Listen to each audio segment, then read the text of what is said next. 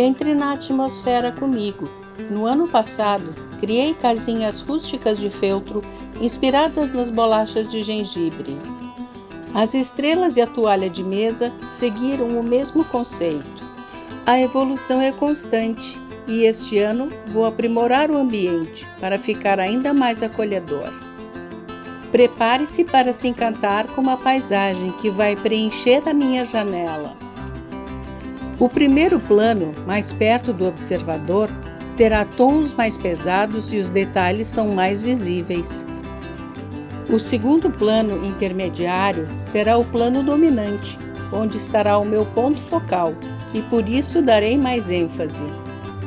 O terceiro plano de fundo terá tons altos. Será o plano do céu e as nuvens. Acredite, você vai se surpreender com a jornada criativa e com as ideias que vão surgir ao longo do caminho.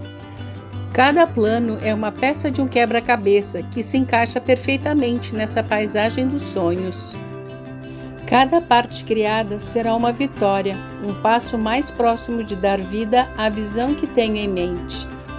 Quero que essa jornada inspire você a fazer o seu próprio projeto, mas também mostrar que a criatividade é uma jornada dinâmica. Quero mostrar que o patchwork é muito mais do que costurar pedaços de tecidos juntos.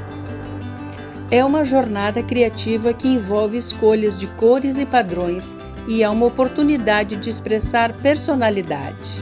Então, junte-se a mim nessa aventura e veja como a imaginação ganhará forma.